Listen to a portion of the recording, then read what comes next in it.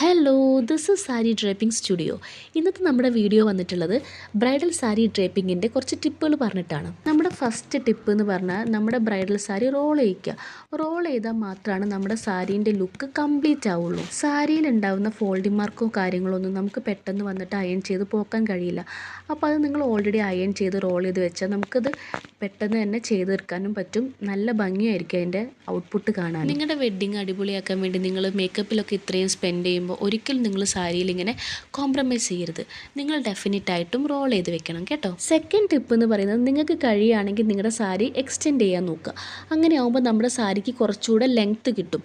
അപ്പോൾ നമ്മുടെ സാരിയിൽ ഒരുപാട് സെൻറ്റർ പ്ലീറ്റ്സ് കിട്ടും. സാരീൻ്റെ ഔട്ട്പുട്ട് നല്ല ഭംഗിയായിരിക്കും കേട്ടോ. നമുക്കൊരു 6-7 പ്ലീറ്റ്സ് കിട്ടുന്നതിന് പകരം ഒരു 10-12 പ്ലീറ്റ്സ് കിട്ടിക്കഴിഞ്ഞാൽ അടിപൊളിയായിരിക്കും അതിൻ്റെ ഔട്ട്പുട്ട് എന്ന് പറയുന്നത് കേട്ടോ. തേർഡ് വൺ എന്ന് പറഞ്ഞാൽ നമ്മുടെ സാരീൻ്റെ ബ്ലൗസ്, അത് ഏറ്റവും അടിപൊളിയായിട്ട് തന്നെ തയ്പ്പിക്കുക.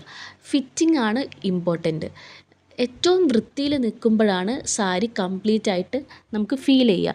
അല്ലെങ്കിൽ സാരി തൂങ്ങിയതുപോലെ തോന്നും, ഷോൾഡർ തൂങ്ങിയ പോലെ തോന്നും. അപ്പോൾ അതൊന്നും കാണാനൊരു ഭംഗിയില്ലാത്ത പോലെ നമുക്ക് ഫീൽ ചെയ്യും. അപ്പോൾ നമുക്ക് ഈ ഒരു 3 ടിപ്പും ഡെഫിനറ്റായിട്ടും നിങ്ങൾ ഫോളോ ചെയ്യാൻ ശ്രമിക്കുക കേട്ടോ. അപ്കമിങ് ബ്രൈഡ്സ് എന്തായാലും ഈ ഒരു 3 ടിപ്പ് ഫോളോ ചെയ്യാൻ ശ്രമിക്കുക കേട്ടോ. നെക്സ്റ്റ് വീഡിയോ ആയിട്ട് വരുന്നവരേക്കും ലവ് യു ആൻഡ് ബൈ.